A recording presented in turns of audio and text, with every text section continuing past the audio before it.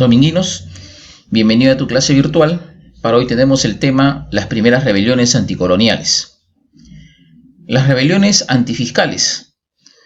Las reformas borbónicas produjeron descontento entre la población del virreinato peruano. Las autoridades coloniales fueron incrementando las obligaciones tributarias entre la población, lo que creó una situación de crisis y desconcierto. Igualmente, el sistema de repartos, práctica legalizada, obligaba a la población indígena a comprar diversos productos, causándoles cargas económicas y deudas que muchas veces eran innecesarias. Las rebeliones antifiscales, o sea, en contra de los nuevos impuestos, fueron movimientos que se rebelaron contra los nuevos tributos y los abusos de los funcionarios coloniales frente a la población indígena y mestiza. La mayoría de estas protestas ocurrieron en la sierra, donde la mano de obra era indígena. En especial, se produjeron en el sur andino, donde se seguía explotando a la población con tributos y la mita minera. En las rebeliones participaron indígenas, criollos y mestizos. En ellas se dio muerte a los corregidores y autoridades coloniales y se quemaron obrajes. La rebelión de Juan Santos Atahualpa fue la rebelión de más larga duración del siglo XVIII. Se desarrolló de 1742 a 1752. Este movimiento tuvo características particulares. Se originó en las ciudades de Huánuco, Tarma y Jauja y se proclamó a su líder como inca descendiente de Atahualpa. La meta era aniquilar a los españoles y sus costumbres, acabar con los abusos de los curas y autoridades corruptas y restaurar el imperio inca. Durante los años de su desarrollo se mantuvo en la zona con avances y retrocesos y causó varios contratiempos a los españoles. Aquí a la izquierda podemos apreciar, por ejemplo, este mapa de las rebeliones del siglo XVIII, de los años de 1700. Lo que está en zona de color rosa corresponde a los levantamientos en la Sierra Azul, en color amarillo los levantamientos en la Sierra Central y lo que está en color verde corresponde a los levantamientos en la Sierra Sur. Aquí a la derecha tenemos esta tabla que indica algunas rebeliones antifiscales importantes, o sea, en contra de estos nuevos tributos. Tenemos la rebelión de Cochabamba de 1730, liderada por Alejo Calatayud. Se produjo en respuesta a las presiones tributarias en la zona. Participaron indios, mestizos y criollos que lograron controlar la ciudad. Calatayud fue capturado, ahorcado y descuartizado en enero de 1731. Rebelión de Cotabambas, también de 1730. Ocurrió en el Cusco, donde los caciques y la población indígena se rebelaron contra los abusos de los corregidores. Durante este levantamiento fue asesinado el corregidor Juan José Fandiño. La rebelión fue sofocada y los cabecillas ahorcados. Y también está la rebelión de Guarochirí de 1750. El plan inicial era apoyar a Juan Santos Atahualpa para llevar a cabo una rebelión contra los españoles. Sin embargo, la rebelión fue descubierta y desactivada. A pesar de esto, el movimiento pasó a los pueblos de Guarochirí, donde varios españoles fueron asesinados. Avanzamos a la siguiente página de nuestro texto y aquí encontramos la rebelión de Túpac Amaru II. De todas las rebeliones del siglo XVIII, la que puso en verdadero peligro al gobierno colonial y se extendió por el sur peruano fue la de Túpac Amaru II. Nació en el pueblo de Tinta en 1738 y descendía de Túpac Amaru I, último inca del Perú, quien fuera ejecutado por los españoles en el siglo XVI. Estamos hablando de los años de 1500, ¿no? Túpac Amaru I corresponde justamente a la última etapa de resistencia de los incas en Vilcabamba. Las causas de esta rebelión tienen muchas variantes, pero podemos enumerar las siguientes: contra el mal gobierno de los funcionarios coloniales, de carácter independentista, igualmente por los abusos de las autoridades españolas contra los indios, y de carácter milenarista, que buscaba la restauración y reivindicación del imperio incaico, ¿no? El término milenarista se desprende justamente de milenio, ¿no? Entonces la idea de retornar, ¿no?, justamente a las raíces del antiguo imperio incaico. Principales etapas y hechos.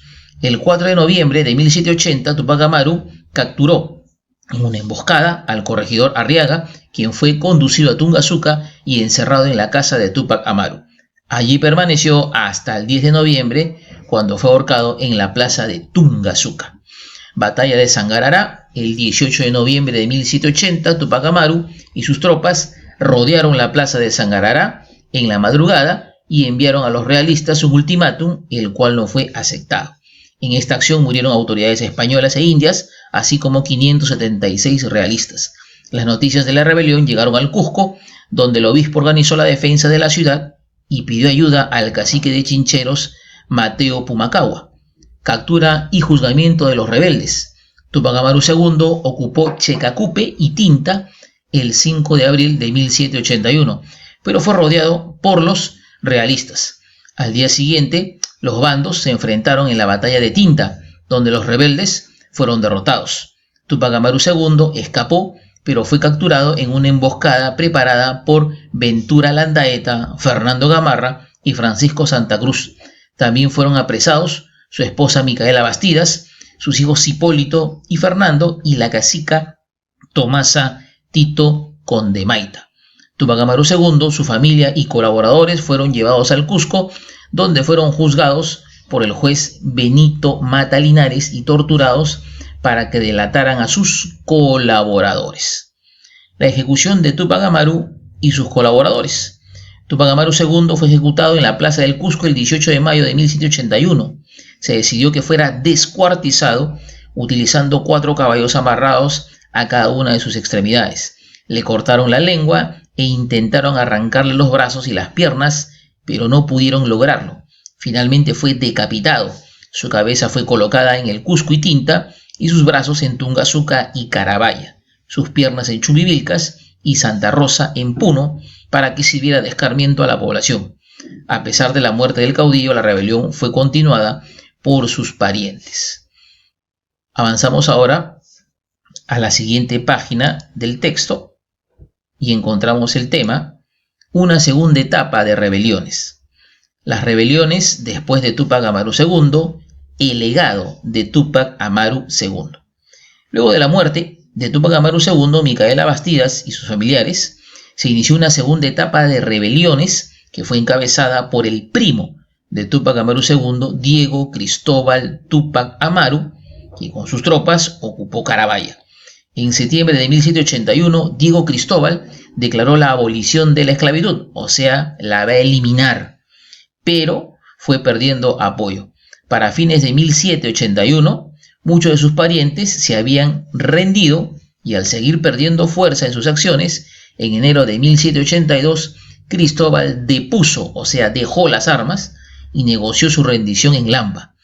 Fue indultado en Sicuani, pero este acuerdo de paz no duró mucho, por lo que fue acusado de conspiración. Luego de un juicio, fue condenado a morir de la misma forma que Túpac Amaru II en la plaza del Cusco. A Túpac Amaru II y Micaela Bastidas le sobrevivieron 2 hijos, Mariano y Fernando, quienes fueron condenados al destierro, o sea, fueron expulsados del virreinato peruano. Mariano falleció durante el viaje del exilio y Fernando, que era todavía un niño, fue condenado a prisión perpetua, o sea, de por vida, junto con otros familiares. Fernando Túpac Amaru, que se conoce, muere en 1798. Había sido testigo de la ejecución de sus padres, tíos y primos. Pedro Vilca Pasa, el llamado Puma Indomable. El líder indígena Pedro Vilca fue lugarteniente de Túpac Amaru II. A la muerte del caudillo dirigió las tropas rebeldes entre las provincias de Azángaro y Carabaya y se propuso como meta tomar la ciudad de Sorata, bajo el mando de los veteranos Miguel Bastidas y Andrés Túpac Amaru. En un primer ataque, Vilca Pasa no tuvo éxito, pero insistió y repitió el asalto al mando de 20.000 hombres. Un intento por frenar la rebelión, que iba cobrando importancia. Los españoles ofrecieron a Vilca Pasa el indulto, pero este se negó a ello y este se levantó otra vez en Azángaro. Finalmente fue capturado y ejecutado el 8 de abril de 1782. Se cuenta que el líder rebelde fue atado a 4 caballos, pero al resistir sus tirones fue atado a 4 caballos más. Como siguió resistiendo, emplearon un arma blanca para descuartizarlo. Antes de morir, arengó a su pueblo: por el sol que nos ilumina, aprendan a morir como yo, sentenció. Pasamos entonces a la siguiente página del texto y ahí encontramos Túpac Katari, un aymara rebelde. Su verdadero nombre fue Juan Apaza Nina. Fue un indígena aymara que se levantó en armas junto con su esposa Bartolina Sisa y su hermana Gregoria. Formó un ejército integrado por mestizos, mulatos y negros, con gran número también de aymaras, entre quienes surgió un poderoso sentimiento antiblanco y anticriollo. La principal acción de Túpac Katari fue el intento de tomar la ciudad de La Paz, donde encontraron una fuerte resistencia de las tropas enviadas por los realistas desde Buenos Aires. Quiso reorganizar sus fuerzas, pero sus colaboradores lo traicionaron y terminó apresado por los españoles, quienes lo condenaron a morir descuartizado. Principales consecuencias de la rebelión de Túpac Amaru II. La rebelión de Túpac Amaru es considerada por muchos el principal antecedente de la independencia del Perú. Otros, por el contrario, afirman que este movimiento impactó de forma negativa en la independencia. Algunos investigadores afirman que el fracaso de la rebelión se debió a la oposición de las propias autoridades indígenas opuestas a los motines, que colaboraron con las autoridades españolas. Sin embargo, el movimiento sí desestabilizó el poder colonial y sirvió de inspiración a otros movimientos que lucharon por terminar con los abusos de las autoridades reales. Entre otras consecuencias, destacan: los corregimientos fueron abolidos, o sea, eliminados y reemplazados por las intendencias. Se estableció una audiencia o tribunal de justicia en el Cusco, que era uno justamente de los pedidos que realizaba Túpac Amaru. Se abolieron los curacazgos rebeldes, o sea, los que participaron en el levantamiento, lo que debilitó políticamente a los sectores indígenas. Y por último, los criollos comenzaron a temer la violencia de los indios, ya no consideraban unirse a los indígenas en cualquier rebelión. Muy bien, dominguinos, hasta aquí entonces clase por el día de hoy. Gracias.